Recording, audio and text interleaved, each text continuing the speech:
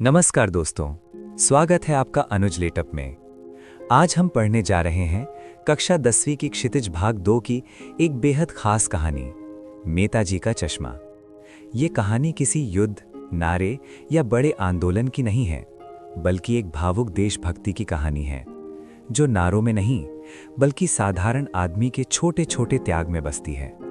ध्यान रखिए, यहाँ नेताजी सिर्फ एक नेता नहीं बल्कि एक प्रतीक हैं, और उनका चश्मा पूरी कहानी की आत्मा। अब जरा इस कस्बे को देखिए। ये कस्बा बहुत बड़ा नहीं था, कुछ ही पक्के मकान, एक मुख्य बाजार और वही रोजमर्रा की जिंदगी। बीच में है नगर पालिका कार्यालय, जो कभी सड़क पक्की करवाती है, कभी पेशाब घर बनवाती है और कभी सम्मेलन करा देती है। और यहीं इसी नगर पालिका के एक उत्साही अधिकारी के मन में एक महान विचार आता है। मुख्य बाजार के चौराहे पर नेताजी सुभाष चंद्र बोस की संगमरमर की प्रतिमा लगवाई जाए। क्यों? क्योंकि कस्बे को भी अब देशभक्त दिखना था। अब कहानी यहां से मजेदार भी है और तीखी भी। मूर्ति बनाने की जिम्मेदारी दी जाती है कस्बे के स्कूल के ड्राइंग मास्टर मोतीलाल जी को। मूर्ति बनती है, टोपी की नोक से कोट के दूसरे बटन तक पूरे 2 फुट ऊंची, बहुत सुघड़, मासूम और प्रभावशाली। नेताजी की वर्दी है, चेहरा है, नारा है, दिल्ली चलो। लेकिन यहीं एक बहुत बड़ी कमी रह जाती है। या तो मूर्तिकार चश्मा बनाना भूल गया, या संगमरमर में पारदर्शी चश्मा बन ही नहीं पाया, या बनते बनते टूट गया। नतीजा ये कि नेताजी की वर्दी है, नारा है, रुतबा है, पर आंखों पर वो चश्मा नहीं है जो उन्हें पूरा बनाता। और यहीं से कहानी का असली व्यंग शुरू होता है।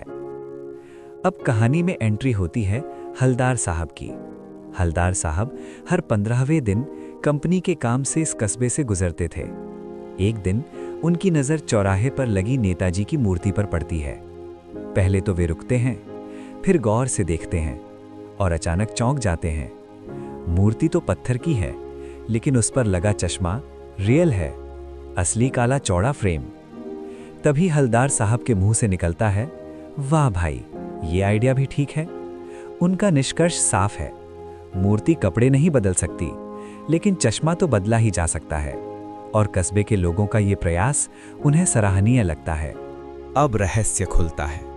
हलदार साहब देखते हैं कि नेताजी के चश्मे हर बार अलग अलग होते हैं। कभी गोल चश्मा, कभी चौकोर, कभी धूप का चश्मा। यानी नेताजी का लुक हर बार नया। कारण पता चलता है पान वाले से। वो बताता है कि ये काम करता है कैप्टन चश्मे वाला।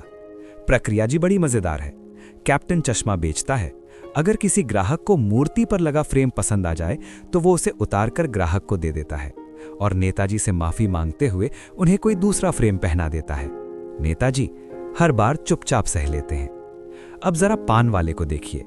दिखावट से काला, मोटा, हमेशा खुशमिजाज आदमी। मुंह में पान हमेशा ठुसा रहता है। स्वभाव से व्यंग्यात्मक, बातों का मजाक उड़ाता है, लेकिन दिल से कठोर नहीं है। कहानी में उसकी भूमिका बहुत अहम है। वो सूचना का स्रोत है। उसी से हलदार साहब को चश्मों का रहस्य पता चलता है। लेकिन शुरू में वो देशभक्ति की भावनाओं को गहराई से नहीं समझता। यही लेखक दिखाते हैं कि असली बदलाव धीरे धीरे आम आदमी के भीतर आता है। अब कहानी में आता है सबसे चुप, सबसे साधारण, लेकिन सबसे गहरा पात्र, कैप्टन। कैप्टन कोई फौज का सिपाही नहीं था, कोई अफसर नहीं, बल्कि एक गरीब फेरी वाला था। फिर उसे लोग कैप्टन क्यों कहते थे? क्योंकि उसके भीतर देशभक्ति की भावना कूट कूट कर भरी हुई थी। नेताजी की बिना चश्मे वाली मूर्ति उसे अंदर तक आहत करती थी। शरीर से वो अक्षम लंगड़ा था, लेकिन मन से वो एक सच्चा सैनिक था। यही विरोधाभास इस पात्र को महान बनाता है। यहां कहानी सबसे तीखी हो जाती है। हलदार साहब पूछते हैं, क्या कैप्टन आजाद हिंद फौज का सिपाही है? पान वाला हंसते हुए कहता है, नहीं साहब, वो लंगड़ा क्या जाएगा फौज में, पागल है, पागल। यह सुनकर हलदार साहब को बहुत बुरा लगता है, क्योंकि यहां एक देशभक्त का मजाक उड़ाया जा रहा है। लेखक साफ दिखाते हैं, यह समाज की वही मानसिकता है जो त्याग करने वालों को पागल समझती है। यही व्यंग्य सीधा दिल पर चोट करता है। और फिर एक दिन सब बदल जाता है। एक दिन मूर्ति पर कोई चश्मा नहीं था, आंखें खाली थीं, पान वाला उदास होकर बताता है, साहब, कैप्टन मर गया। अब नेताजी की आंखों का ख्याल रखने वाला कोई नहीं बचा था। मूर्ति वही थी, चौराहा वही था, लेकिन देशभक्ति करने वाला इंसान नहीं था। यही कहानी चुप हो जाती है और पाठक से सबसे बड़ा सवाल पूछती है। अब हालदार साहब के मन में एक गहरा सवाल उठता है, क्या होगा उस कौम का? वे सोचने लगते हैं, जिस देश का भविष्य उन लोगों के हाथ में है जो अपने देश के लिए सब कुछ होम करने वालों पर हंसते हैं, उनका क्या होगा? ये सोच उन्हें अंदर तक हिला देती है। कड़वा सच ये है कि अब समाज बिकने के मौके ढूंढता है। स्वार्थ देशभक्ति पर हावी हो चुका है। हालदार साहब निराश हो जाते हैं। ये केवल एक विचार नहीं, पूरे समाज पर लगा हुआ प्रश्न चिन्ह है। 15 दिन बाद हालदार साहब फिर उसी कस्बे से गुजरते हैं। उन्होंने तय कर लिया था, अब वे मूर्ति की तरफ नहीं देखेंगे। लेकिन जैसे ही चौराहा आता है, आंखें अपने आप मूर्ति की ओर उठ जाती हैं। अचानक वे चिल्ला पड़ते हैं, रोको! जीप रुकवाकर वे तेज कदमों से मूर्ति के सामने जाकर अटेंशन में खड़े हो जाते हैं। कुछ तो बदल गया था। अब दृश्य साफ होता है। नेताजी की आंखों पर फिर से चश्मा था, लेकिन ये न कांच का था न महंगा। ये बना था सरकंडे से। ये किसी बच्चे ने बनाया था। हालदार साहब की आंखें भर आती हैं।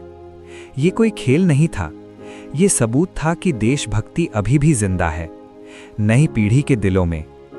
यही कहानी चुपचाप समाप्त हो जाती है, लेकिन पाठक के भीतर एक उम्मीद छोड़ जाती है। अब कहानी का मूल संदेश साफ होता है। पहला संदेश, देशभक्ति का स्वरूप। देशभक्ति सिर्फ सीमाओं पर लड़ना नहीं है, अपने काम को ईमानदारी से करना और महापुरुषों का सम्मान बनाए रखना भी देशभक्ति है। दूसरा संदेश, संसाधन बनाम भावना। कैप्टन के पास न पैसा था न साधन, लेकिन भावना इतनी सच्ची थी कि उसने नेताजी को सम्मान दिया। और अंत में उम्मीद। बच्चे हमारे देश का भविष्य हैं।